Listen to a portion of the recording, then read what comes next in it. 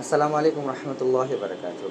বর্তমানে আমাদের দেখা গেল অনেক ভাইদের মধ্যে ইসলামকে ভালোবাসা, ইসলামকে প্র্যাকটিস করা একটা প্রবণতা বেড়েছে আলহামদুলিল্লাহ।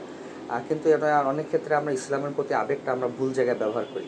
ইসলামের যে কোনো কাজ, ইসলাম না, আমাদের দুনিয়ার যে কোনো কাজই শরিয়ার মানদণ্ডে জায়েজ না নাজায়েজ এটা আসলে আমাদের যাচাই করা উচিত।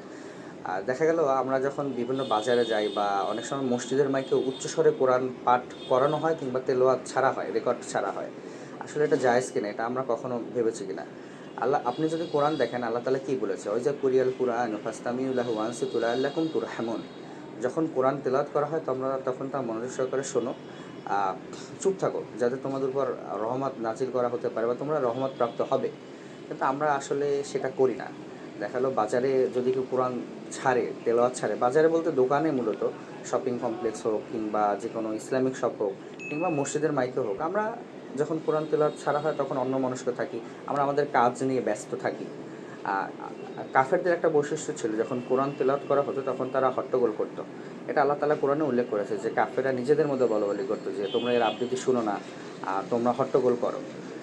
আসলে আমাদের মুসলিমদের সাথে এইসব কাজ যায় না।